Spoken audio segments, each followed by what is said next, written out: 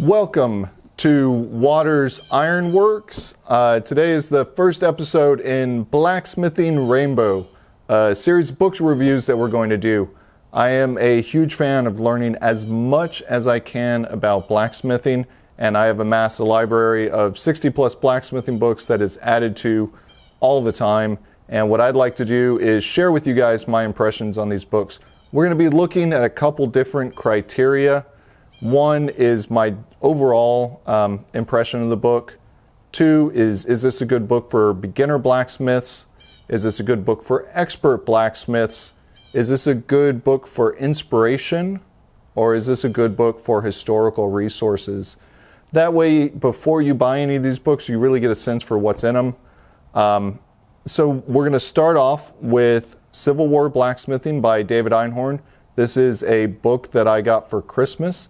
And the plan is that as we review each book, if there's some projects in it, we'll do one or two of the projects from the book on the channel as well in subsequent videos. So let me tell you, what I think about Civil War Blacksmithing, subtitled Constructing Cannon Wheels, Traveling Forge, Knives, and Other Projects and Information.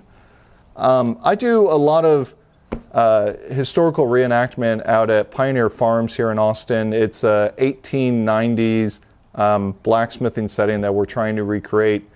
Civil War period is a little bit before that, but I was really hopeful getting this book that it would give me a lot of ideas of ironwork in the Civil War. It is not the book that I thought it was going to be when I got it and opened it up. Really, the key in this book is that this is, as it says, constructing cannon wheels and a traveling forge. This book is, I'll flip it open to the contents at a glance section here. It's 182 pages or so. About 110 pages of that is dedicated to constructing a traveling, portable Civil War era forge. So if you are a Civil War reenactor and you're looking for how do I build from scratch, put together the hubs, the wheels, build the entire thing, where to get resources for the parts that need to be cast iron, fire pots, backsplashes, things like that, this is the book for you. This book will walk you through step by step in how to build your own traveling forge. If you do not want to build a traveling forge, I would probably recommend skipping this book, to be honest. It's written well enough. The 110-page section on traveling forges, like I said, I think following these instructions and the additional resources it provides, I could build one of these if that was my goal. The other pages in the book are dedicated to kind of a general introduction to blacksmithing. It's okay. There's nothing really special to write home about in the material that's presented to a new blacksmith. And the level of detail dedicated to a new blacksmith versus the vast amount of detail dedicated to building your own traveling forge really seems to me like it's talking to two different audiences. So for a beginner blacksmith, there's nothing wrong in there. It'll give you a little bit of information. There's better books for beginner blacksmiths that cover things in more details. It then does have a few projects in it. We will actually make two of the projects. We're going to make a folding pot stand that you can put over fire and a portable grill that's pretty nice that you can break down and take with you.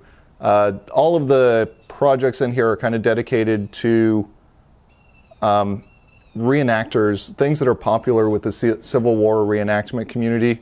The one thing I did find a little disappointing was that these are modern reenactors' popular prop items. They don't necessarily have a lot of evidence supporting that they were actually Civil War era appropriate.